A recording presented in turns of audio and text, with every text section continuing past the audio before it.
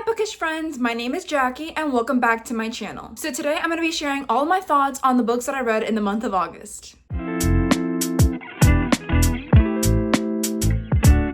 Before we dive into the books that I read this month, I wanted to dive into some statistics on my August reading. So in the month of August, I did my TBR in a little bit of a different way than I usually have been doing. I gave myself a lot of different options and I didn't settle on one specific book for meeting the TBR jar challenges that I picked for myself. There were about 10 books on my August TBR, but this is a rough guesstimate because there were a few more options. But like I said, there were a lot of just potentials for me to pick up rather than having strict books on my set TBR. I ended up reading a total of 8 books in the month of August for a total page count of 1,816 pages. And when comparing this to the month of July, I'm only about 30 pages shy of what I read that month. But I did read a few more books this month. A lot of them were just really short reads. So the shortest books that I read this month are Bearheart and The Great Oak Tree. These are 2 picture books that came in at 32 pages. The longest book I read this month was 400 pages, and that was The Night and the Moth by Rachel Gillig. In terms of the genres I read this month, I think this is one of the months that I've had the widest variety of genres and age groups read. So I read 4 books that were adult, 2 books that were children's books, 1 book that was middle grade, and 1 book that was YA. And under the genres of books that I read this month were 2 sci-fi/fantasy books. One of them was a middle grade graphic novel, and one of them was an adult high fantasy. 2 picture books, these were both nature themed. 1 nonfiction, this was a poetry collection in the memoir style, and 1 historical romance, as well as 2 contemporary books. This is 1 graphic novel and 1 literary fiction/thriller. The graphic novel was YA, and then the lit fic/thriller book was kind of genre bending, so I classified it as contemporary. It was contemporary lit fic thriller, but really I think it was more of a drama story about friends. It's kind of hard to classify under one specific genre, but I just lumped it here. In terms of the mediums that I read this month, I read 4 audiobooks and 4 physical books, and some of the moods and themes found in my reading this month were reflective, adventurous, whimsical, and lighthearted. I just wanted to note something very quickly. I did finish Astronautical at the beginning of August, but I will not be covering that book here. I had finished it by the time that I filmed my July wrap-up, so if you want to see my thoughts, go check that out. So overall, I think I had a pretty solid reading month. Most of the books I read this month were like 3.5 or 4 stars, I believe, with more 4 stars than 3.5 stars. But sadly, I'm going to be starting with my lowest rated book this month, and that was Valhalla by Nikki May. I think this one just really wasn't for me. It didn't resonate with me or hit me in the way that I kind of expected. I don't know exactly what I wanted from this book, but it didn't really reach my expectations. But Valhalla follows 3 Anglo-Nigerian best friends. So we follow Ronke, Simi, and Boo, and their lives are disrupted when a glamorous, new, wealthy childhood friend of Simi's infiltrates the group. So Isabel is new to the group and she sows a lot of discord and trouble. So the title Valhalla means trouble, and she definitely brings a lot of Valhalla to the story. She works on the friends' insecurities and makes them feel even worse about these things about themselves. She breaks into their close friendships and leads to a lot of cracks in their relationships between the 3 of them. She's trying to be basically the best friend to each of them, so she gets close to them to learn their secrets and then pits the friends against each other. This story does deal with a lot of betrayal, infidelity, and a past crime. It's described as a dark comedy and cultural commentary. I think this is just super dramatic and over the top. I don't know, it just didn't really work for me, but it said that it was exploring themes of friendship, race, class, and ambition in modern London. So I do think it addressed some of those things, but like I said, it was like over the top. I just couldn't get into it. I had a really hard time connecting with the characters. They were super unlikable and I just didn't really understand the motivations. Like Isabel is the villain, but she's very underdeveloped, and I would say the same for a lot of the other characters. The one that you feel the most sympathy for, Ronke, has the hardest time in the book, and honestly I couldn't get behind Isabel. She's just this rich girl who wants revenge because of a very like stupid reason that I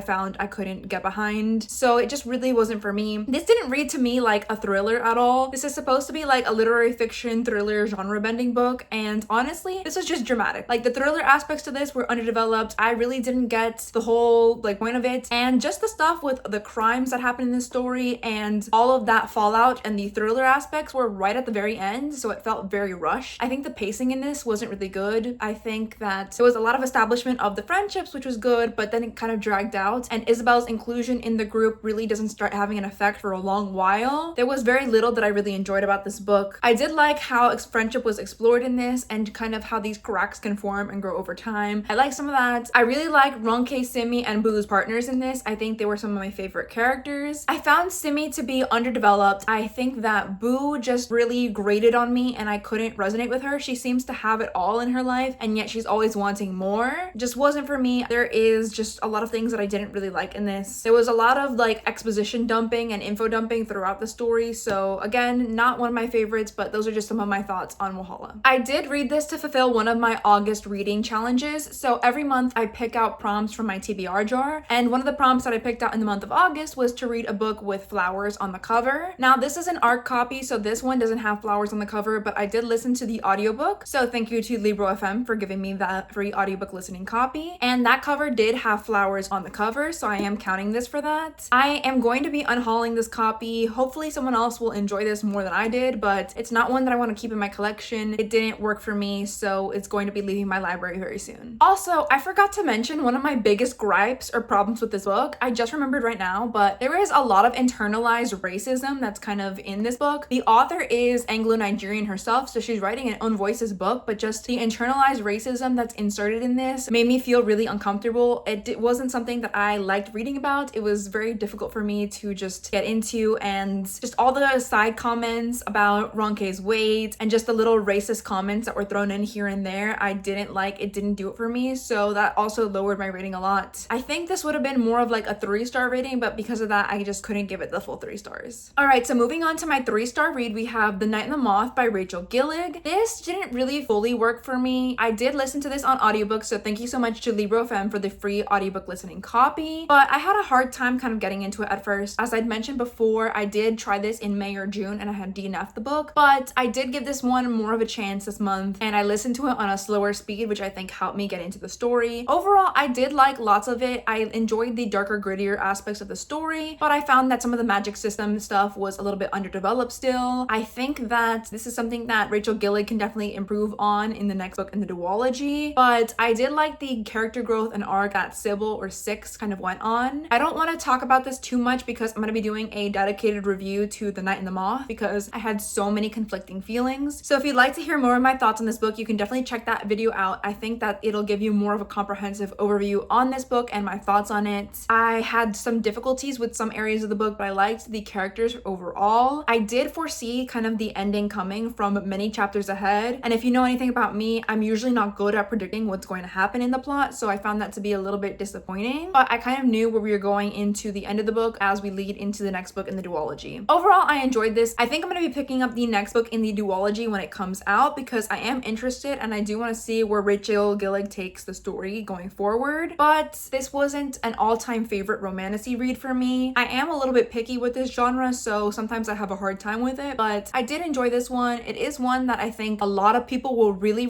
love. It's been getting some mixed reviews so far, but a lot of people have been adoring it, so for me, it's just been middle of the road, as so often happens with these very hyped fantasy books. All right, next we have a 3.5-star read, and that was A Duke Never Tells by Suzanne Enoch. This is a Bridgerton meets Evie Dunmore kind of story, so it's a Regency rom-com, and this was a really fun romp. I really enjoyed this one. It's from bestselling author Suzanne Enoch, and this is basically about a very privileged heiress who is going to her fiance's household to see if he is really too good to be true. So it's about this arranged marriage. It's following James Clay, who is the new Duke of Ernhurst, and the clever and independent lady Meg Pinwell. She basically wants to test out if he's really the rake that he's rumored to be, but since she's a well-bred young lady, she doesn't really get a lot of exposure or experience to like talk to him and get to know him before they get married. So she enlists the help of her young aunt Clara, and they plan a discreet reconnaissance at the Duke's country estate. So she is going to pretend to be her aunt's companion to see the true state and affairs of how things are at the manor, but she isn't the only one who has a false identity. James the Duke trades places with his man of business, Rinnikin, and Rinnikin has to pretend to be the Duke. So there's a lot of case of mistaken identity, false identity in the story, which led to a lot of hijinks and fun in the story. So it's going to lead to a lot of chaos, and I enjoyed this one. I did rate it like 3.5 stars. This was, like I mentioned, a fun Regency romp. The screwball comedy aspects were really incorporated into the story in a fun way and added a lot of entertainment value. I found myself chuckling and laughing a lot throughout the story, and it was just a lot to really enjoy about it. The false identity trope was done so well here. I think it got to be a little bit confusing though for the most part, because you had to keep remembering who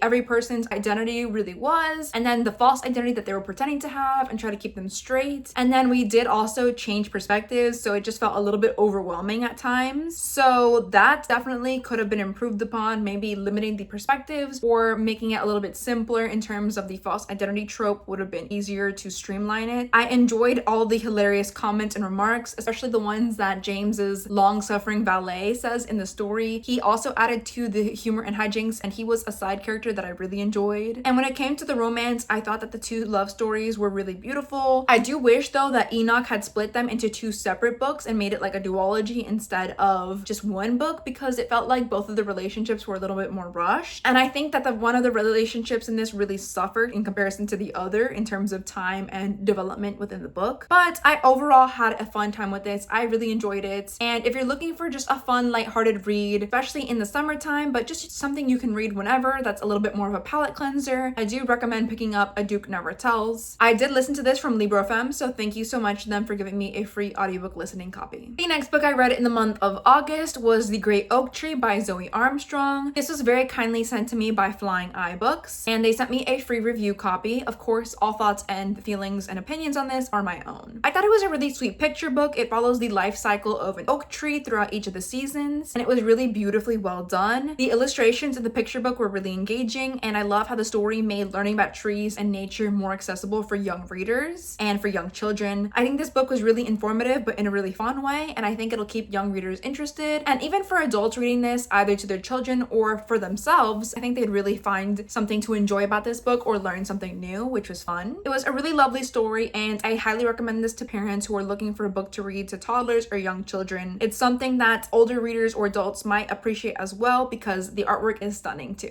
Next, I read Bear Heart by Louise Grigg, and this was also very kindly sent to me by Flying Eye Books. They gave me a free review copy in exchange for my honest thoughts and opinions. And this was another picture book. These I both rated 4 stars. I enjoyed them a lot. This one was adorable, again had beautiful illustrations, and I think that the illustrator did a really amazing job and amazing work on this project. I think that this book was more focused on the bear's relationship with the lion rather than the things the bear loved, which I thought was a little bit out of step with the title. But I love the journey that the bear goes on in this book. It was a really beautiful thing to witness, and this was a beautiful story about love and how we have infinite space for love. This is a great message to teach young children, and I think that it was a very quick and enjoyable read. Definitely one, again, that I would recommend for parents and young children, and the illustrations in this were particularly captivating. I think that will hold true for all young children as I read it. I will say that I think that this one is more suited for young children. It's very simple to read. The other book had more details, and this one might not be as much of a book that's geared for adult readers, but I did enjoy it nonetheless. The next book that I wanted to talk about is We Could Be Magic by Marissa Meyer, illustrated by Joelle Murray. This was a graphic novel that is like young adult. It's kind of a coming of age story, and it follows Tabitha Laurie, who growing up visited Summerland a lot. It saved her belief in true love even after her parents' divorce, and now she has landed her dream job working at the theme park over the summer for their summer program. She is trying to make magical memories for the children there and for the guests, and she really wants to have one of the princess roles within the story, but her problem is that she is not thin, and all the princess characters are played by thin people. So she is given a job at a nacho food stand, and she's gonna need the support of her friends, her crush, and a lot of magic if she wants to be able to play one of these princess roles. I thought this was a really cute and beautiful story. I had a great time with this. I read this, I think, in a single sitting, which was really surprising because I don't do that very often, but I had a great time with this. I adored the illustrations, and I'm so glad that Marissa Meyer and Joelle Murray were able to come together to work on this project. It's so